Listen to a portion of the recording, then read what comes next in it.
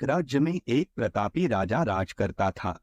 एक दिन उसके दरबार में एक विदेशी आगंतुक आया और उसने राजा को एक सुंदर पत्थर उपहार में दिया। राजा वह पत्थर देख बहुत प्रसन्न हुआ।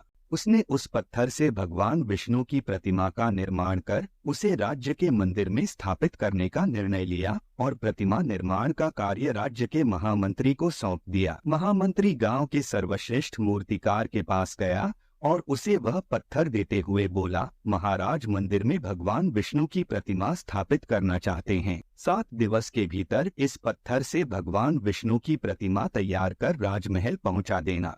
इसके लिए तुम्हें 50 स्वर्ण मुद्राएं दी जाएंगी। 50 स्वर्ण मुद्राओं की बात सुनकर मूर्तिकार खुश हो गया और महामंत्री के जाने के उपरांत प्रतिमा का निर्माण कार्य प्रारंभ करने के उद्देश्य से अपने औजार निकाल लिए। अपने औजारों में से उसने एक हथौड़ा लिया और पत्थर तोड़ने के लिए उस पर हथौड़े से वार करने लगा, किंतु पत्थर जस का तस रहा। मूर्तिकार ने हथौड़े के कई वार पत्थर पर किए, किंतु पत्थर नहीं टूटा। 50 बार प्रयास करने के उपरांत मूर्तिकार ने अंतिम बार प्रयास करने के उद्देश्य से हथौड़ा उठाया, किंतु यह सोचकर हथौड़े पर प्रहार करने के पूर्व ही उसने हाथ खींच लिया कि जब 50 बार वार करने से पत्थर नहीं टूटा तो अब क्या टूटेगा। वह पत्थर लेकर वापस महामंत्री के पास गया और उसे यह कह वापस कर आया कि इस पत्थर को तोड़ना नामुमकिन है, इसलिए इससे भगवान विष्णु की प्रतिमा नहीं बन सकती। महामंत्री को राजा का आदेश हर स्थिति में पूर्ण करना था,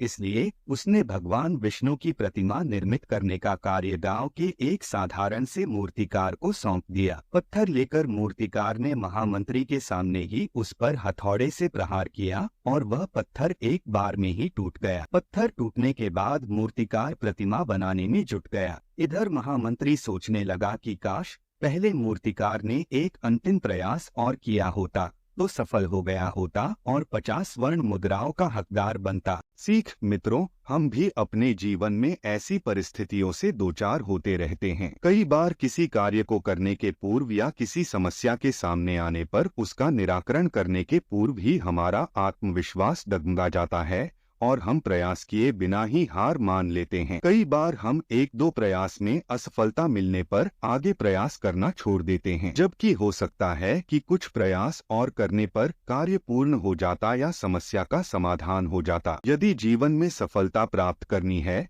तो बार बार असफल होने पर भी तब तक प्रयास करना नहीं छोड़ना चाहिए जब तक सफलता नहीं मिल जाती। क्या पता जिस प्रयास को करने के पूर्व हम हाथ खींच ले वही हमारा अंतिम प्रयास हो और उसमें हमें कामयाबी प्राप्त हो जाए।